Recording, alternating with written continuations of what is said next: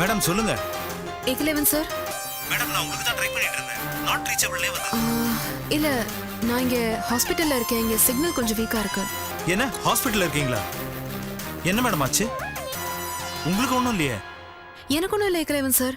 ஆனா நீங்க உடனே ஹாஸ்பிடல் வரைக்கும் வர முடியுமா? இமிடியேட்டா கிளம்பி வரேன் மேடம்.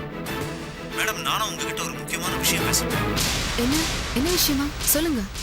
நாம ரொம்ப நாளா தேடிக்கிட்டு இருந்த விஷயத்துக்கு விட கிடைச்சிருச்சு மேடம். நான் உடனே இங்க கிளம்பி வரேன். சரி ப்ளீஸ் கொஞ்சம் உடனே கிளம்பி வாங்க ஏகலைவன் சார். மேடம் உங்களுக்கு ஒன்றும் ப்ராப்ளம் இல்லையா? இல்ல ஐ எம் நார்மல். எனக்கு ஒன்றும் பிரச்சனை இல்ல. பட் நமக்கு தெரிஞ்சவர் ஒருத்தருக்கு உடம்பு முடியல, கொஞ்சம் சீரியஸா இருக்காரு. அதனால தான் உங்களை இங்க இருக்க வச்சுட்டு நான் நிச்சயதார்த்தத்துக்கு போலான்னு உங்களை கால் பண்ணேன். சரி மேடம், நான் இமிடியேட்டா கிளம்பி வரேன் மேடம். Okay okay thank you. சீக்கிரம் வாங்க. வாங்க மேடம் ஹாஸ்பிட்டல்ல இருக்காங்க. அவங்களுக்கு ஒன்றும் இல்லை, நத்திங். வாங்க போலாம், இமிடியேட்டா போய் பார்ப்போம்.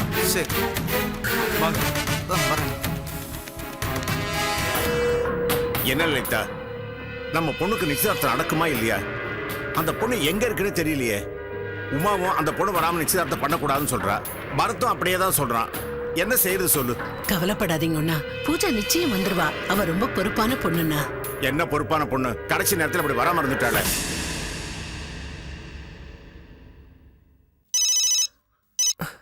ஹலோ பூஜா, நீங்க எங்க இருக்கீங்க? பூஜாவா? நாங்க எல்லாரும் இங்க உங்களுக்காக காத்துட்டு இருக்கோம். எனக்கு Bharath I am very sorry. நான் ஒரு முக்கியமான வேலையை வெளியில வந்துட்டேன். நிச்சயதார்த்தம் நல்லபடியா முடிஞ்சதில்ல? என்ன பேசுறீங்க? நீங்க இல்லாம நான் எப்படி நிச்சயதார்த்த பத்திரிக்கை படிக்க விடுவேன்? எனக்காக எல்லாரும் வெயிட் பண்ணிட்டு இருக்கீங்களா? என்ன பரத் நீங்க? ஆமா பூஜா, இங்க பாருங்க, நீங்க எங்க இருக்கீங்கன்னு எனக்கு பத்தி கவலை கிடையாது. உடனடியே இங்க வாங்க. நீங்க யாரு? பூஜாவா? ஆமா சார், ஒரு நிமிஷம் பூஜா. பூஜா அங்கிள் நான் பூஜா.